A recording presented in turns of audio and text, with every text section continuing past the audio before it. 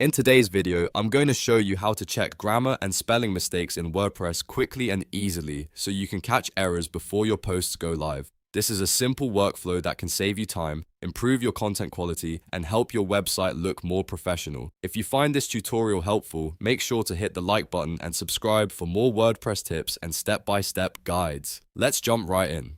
First, log into your WordPress dashboard using your usual admin login details.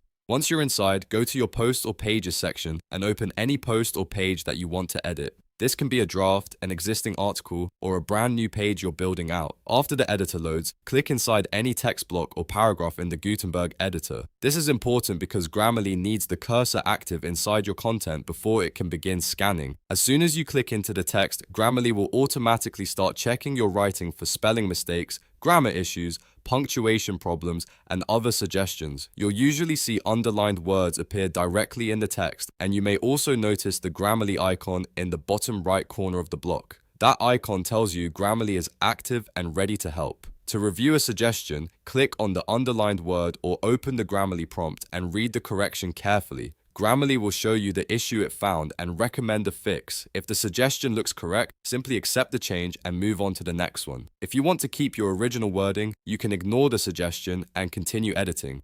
Go through your content section by section, especially your headings, introductions, calls to action, and any important paragraphs where clarity matters most. This step is especially useful if you write long-form blog posts, landing pages, or client content in WordPress because small grammar or spelling mistakes can easily slip through. By checking your text this way, you can catch issues before publishing and make your content easier to read for your audience. If you want to work faster, make it a habit to review Grammarly suggestions as you write instead of waiting until the very end. That can help you clean up your content in real time and reduce the amount of editing you need later.